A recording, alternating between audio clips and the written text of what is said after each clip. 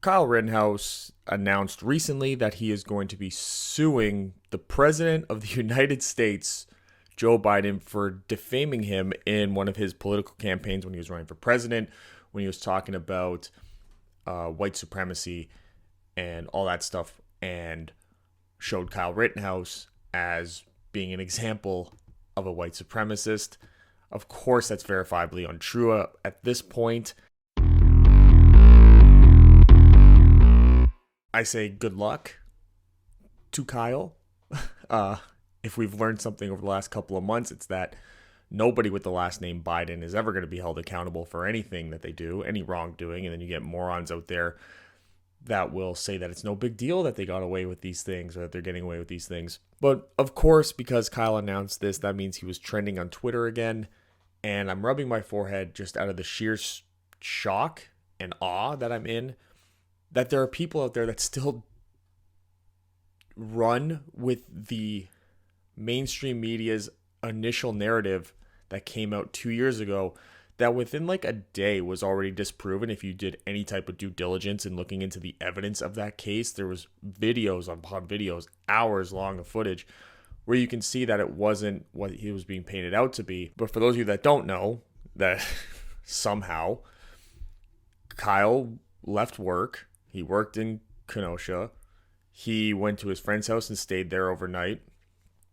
And then they spent the next 2 days cleaning up graffiti and cleaning up like damaged property and whatnot because of the mostly peaceful protests that were happening there. And then on the second day, there were threats of rioting taking place and whatnot. So Kyle, with a bunch of his friends and a bunch of other people, sort of got together and they were protecting property. There was this thing about how there was these car dealership owners who owned two different car dealerships. Kyle and one or two of his friends approached them and said, "Hey, do you need us to protect your property?" And they said, "Sure, why not?" They didn't specifically go to Kyle. Kyle and his friends went to them. And then throughout that night, there was somebody named Joseph Rosenbaum, who was a convicted diddler, who is on video for hours and hours leading up to the events of that night, calling people the N-word and threatening violence on them, and just overall being a threat to people. Then there was a situation where a burning dumpster was being pushed into a gas station where people were, and apparently when you ask people what would have happened if Kyle wasn't there to stop the dumpster, how many people they think would have died, they give you answers like this.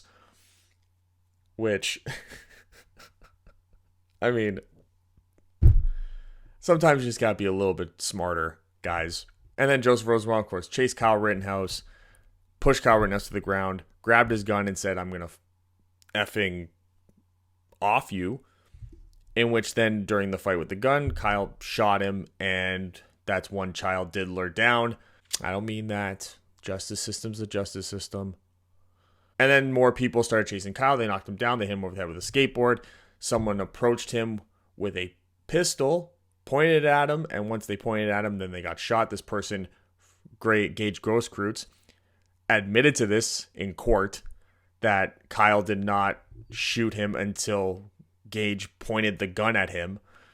So that's how much more textbook self-defense do you need than that? But of course, if you watch Gage's interview afterward, he says that that's not what happened, even though under oath he said it did what happened. And of course, the media covered it up and said, "See, it didn't." He said it didn't happen. Unbelievable. But and then with the court case and everything came out, and everything should be settled. Like I said, everything should be settled. So I saw that he was trending again because everyone's got to defend Joe Biden for some reason. They have this it's like a Tourette's, and they're still calling him a racist murderer who went there with the idea to kill people, where it's like, thank God he was armed, or else Gage Grosskreutz would have shot him. And killed him. But I had the balls, I had the nerve to say something about it, and then it just hit me, because then you get people like this. And I'm going to read this out to you, and just know that this is basically the same thing that everyone is saying. The boy went out to play. He took a military-style rifle. He was seen carrying the weapon of war in an area crowded with people. You see, you can just military style, weapon of war. A pistol's a weapon of war. You know what else is a weapon of war? Your fists, if you know how to use them properly. Rocks are a weapon of war. Just ask the Palestinians. When people became alarmed and went to chase him down out of fear for their lives. Now, does that even sound like it makes sense? A guy has a military-style rifle. He was seen carrying around a weapon of war. So people, because they were scared of him, rather than running away from him, they decided to chase him. Do you see how their story, when you just break it down, doesn't even make sense? And those of others he fired, chased him down out of fear for their lives, and those of others, fear of their lives and those of others, he fired because he was a little scared pussy. I don't. Now, does any of that level up to even making sense when you read it out loud? They saw him carrying a military-style rifle and a weapon of war, and they were so scared that they physically engaged with him rather than just leaving. What? So they chased him for 2 blocks because they were so terrified. I guess because she thinks that the dead pedophile was, I don't know, a hero of something, some brave hero.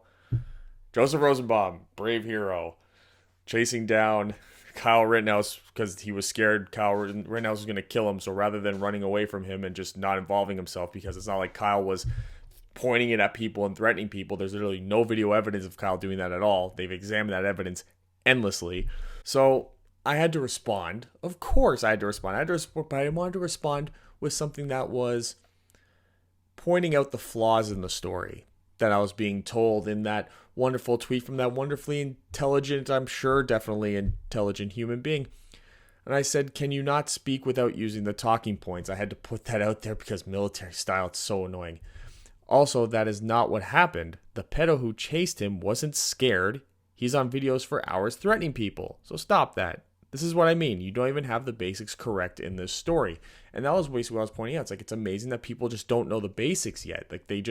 They focused on what the mainstream media was feeding them the first time they ever heard the story, and then they never actually followed up on it. And it's very obvious when people have those types of opinions on the situation that they never really followed up on it.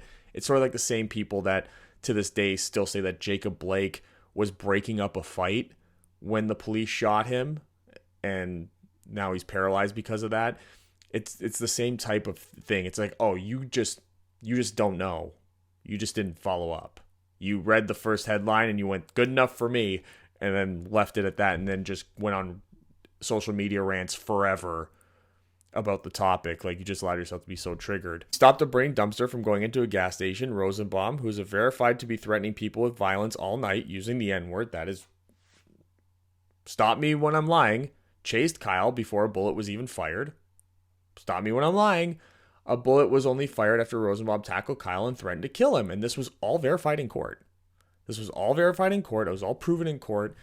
There's video evidence supporting this. Even the Young Turks, Anna Kasparian, went out and corrected the record and said that she was wrong, that Kyle Rittenhouse was not the one that started any type of the physical confrontations. It was everyone else who did, and he was just there kind of just minding his own business. And people are like, well, how's he minding his own business when he has a gun? Carrying a gun is perfectly legal. If you can open carry, you can open carry. And then you can use a gun to defend yourself. What you can't do is conceal carry, which is what Gage Grosskreutz was doing with a pistol that he was already illegally owning. I just need to point this out because, with Kyle, this is going to become going right through the news cycle again. And people are going to reverting back to the stuff that they were saying before the trial disproved all of it, because I think they know to a degree that their viewership, women like this, who, by the way, after I sent those messages, blocked me because apparently I was so egregious with pointing out that she got pretty much every bit of the story wrong. Leave it up to the white hippie lady. that people like her just didn't watch the case, didn't care. They saw the first headline, read the first little bit of it, sort of, again, good enough for me, and never followed up on it, and have just lived in this world of misinformation, ironically, forever. And then, of course, half Ukrainian guy says that, well, if a burning dumpster went in there and hit one of the gas tank, hit one and blew up the gas station with dozens of people surrounding it. No, zero people would have died for sure. Zero, absolutely zero. It would have just gone poof. It would have been like fireworks. Yeah, because that's how that works. You can just blow up gas stations and literally no one even remotely close to it will be injured. Oh my God. So just be prepared and just know that these people don't know. And they don't care to know. I made the mistake of engaging here, and I just want to use my experience as a lesson learned for everybody else. Just don't worry about it. I wouldn't expect Kyle Rittenhouse to win any type of court case, because why would the president be successfully sued?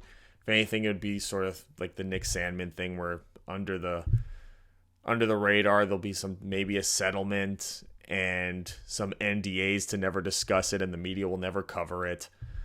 So, just, they don't know. They don't want to know. We all know the truth about what happened that night. It's the most clear-cut self-defense case probably in any of our lifetimes. So just rest easy knowing that. And for those of you out there, if a white guy, and if Kyle Rittenhouse, yeah, he's white, and if he went down for that, you tell me what you think would happen to a black and brown person if they were in the exact same scenario and it was that clear-cut self-defense, and the precedent was set that the white kid, the middle-class white kid, went to jail for clear-cut self-defense. What do you think is going to happen to those people of color? Just think about that. For those of you out there that might be still somehow on the fence about the Kyle Rittenhouse case. Still somehow on the fence.